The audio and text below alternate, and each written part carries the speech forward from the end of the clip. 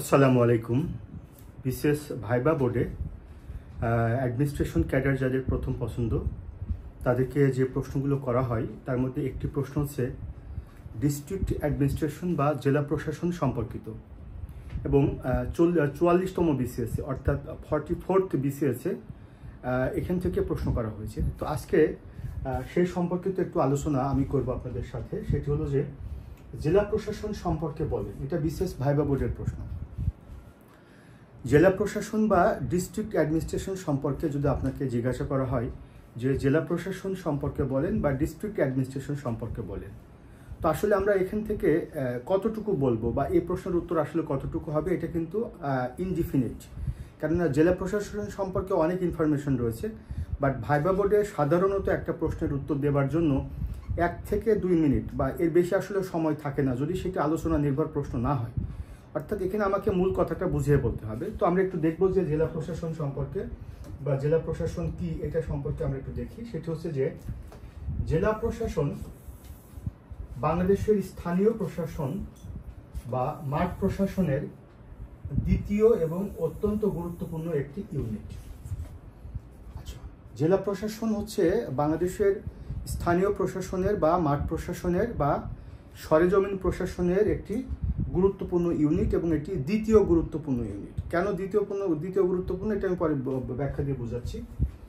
জেলা প্রশাসনের প্রধান হিসাবে দায়িত্ব পালন করেন জেলা প্রশাসক, অর্থাৎ জেলা প্রশাসকের প্রধান হিসাবে দায়িত্ব পালন করেন জেলা প্রশাসক। এছাড়াও অতিরিক্ত জেলা প্রশাসকগণ ও সহকারী কমিশনারগণ এবং অন্যান্য কর্মকর্তা কর্মচারীগণ জেলা প্রশাসনের কাজে সম্পৃক্ত থাকেন। তাহলে জেলা প্রশাসক ছাড়াও জেলা প্রশাসনের কাজে সম্পৃক্ত থাকেন অতিরিক্ত জেলা প্রশাসক, অর্থাৎ যাদেরকে আমরা বলি এডিসি, এবং অ্যাসিস্ট্যান্ট কমিশনার বা সহকারী কমিশনার এবং অন্যান্য কর্মকর্তা কর্মচারী।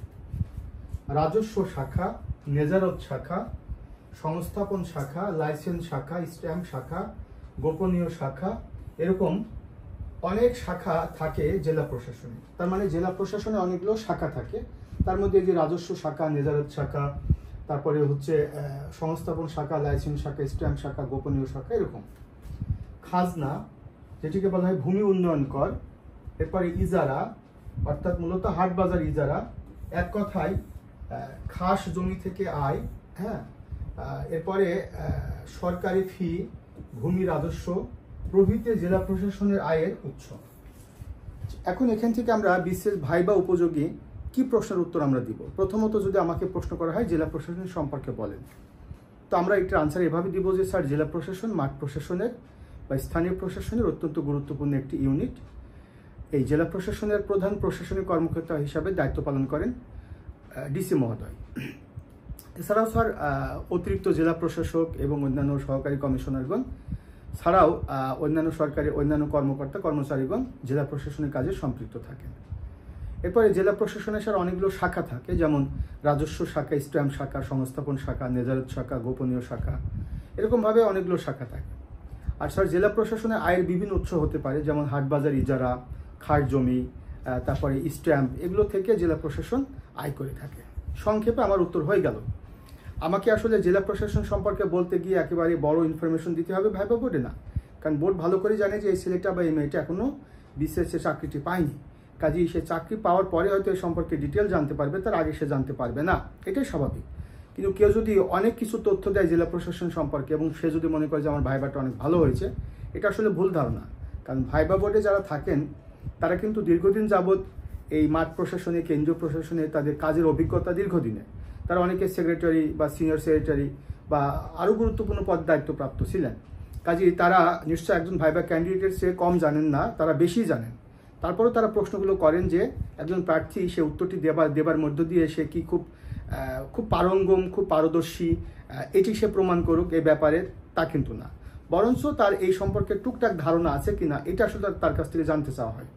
এখন সেই উত্তরটি দিতে গিয়ে সে এমনভাবে উত্তরটি তার দেওয়া উচিত যে স্যার এই ব্যাপারে আমি বিশদ জানি না বা বিস্তারিত জানি না, আবার স্যার একেবারেই যে সম্পর্কে আমার ধারণা নেই তা কিন্তু না, এ সম্পর্কে স্যার আমার টুকটাক ধারণা আছে, এই সম্পর্কে স্যার আমি এটা বুঝি। এই উত্তরগুলো যদি কেউ অত্যন্ত বিনয়ের সাথে, অত্যন্ত হাম্বল হয়ে যদি উত্তরগুলো দিতে পারে, তাহলে তার ভাইবা নম্বরটা সর্বোচ্চ পর্যায়ে চলে যাবে। এখন আসি, এখান থেকে আমাদের যদি ভেঙে ভেঙে প্রশ্নটি করে তাহলে আমরা কি উত্তর দেব? নাম্বার 1 প্রশ্ন আমাকে করতে পারে, সেটা হচ্ছে যে বলেন তো জেলা প্রশাসনটা কি? স্যার জেলা প্রশাসন হচ্ছে কেন্দ্রীয় প্রশাসন, জেলা প্রশাসনটা হচ্ছে স্যার মাঠ প্রশাসনের বা স্থানীয় প্রশাসনের একটি গুরুত্বপূর্ণ ইউনিট। এখন দ্বিতীয় গুরুত্বপূর্ণ ইউনিট কেন? মাঠ প্রশাসনের বা স্থানীয় প্রশাসনের 3টি ইউনিট থাকে বা 3টি স্তর থাকে। একটা হচ্ছে উপজেলা প্রশাসন সর্বনিম্ন পর্যায়ে, তারপরে দ্বিতীয় পর্যায়ে যেটি জেলা প্রশাসন, আর তারপরে সর্বোচ্চ পর্যায়ে যেটি সেটা হচ্ছে বিভাগীয় প্রশাসন। কাজেই এটি হচ্ছে মাঝামাঝি, এই কারণে এটি দ্বিতীয়। যদি আমি উপর থেকে বলি বিভাগীয় প্রশাসন, জেলা প্রশাসন, উপজেলা প্রশাসন, তাও সেটি জেলা প্রশাসন দ্বিতীয়। আবার যদি আমি নিচ থেকে উপরে বলি, অর্থাৎ উপজেলা প্রশাসন, জেলা প্রশাসন, বিভাগীয় প্রশাসন, তারপরেও কিন্তু জেলা প্রশাসনটা মাঝখানে থাকছে। তাহলে জেলা প্রশাসনটা বা মাঠ প্রশাসনের বা স্থানীয় প্রশাসনের একটি গুরুত্বপূর্ণ ইউনিট।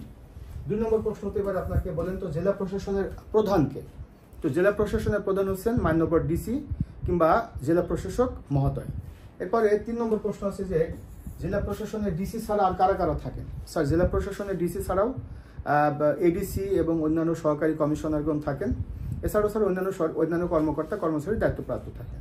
এরপরে 4 নম্বর প্রশ্ন হতে পারে আপনাকে যে বলেন তো জেলা প্রশাসনের কয়েকটি শাখার নাম বলেন তো? একটু আগে যেটা বললাম স্যার, জেলা প্রশাসনের কয়েকটি শাখা হচ্ছে রাজস্ব শাখা, নেজারাত শাখা, এরপরে সংস্থাপন শাখা, লাইসেন্স শাখা, স্ট্যাম্প শাখা, গোপনীয় শাখা ইত্যাদি। এই তো 4-5টা বললে আপনার আনসার হয়ে গেল।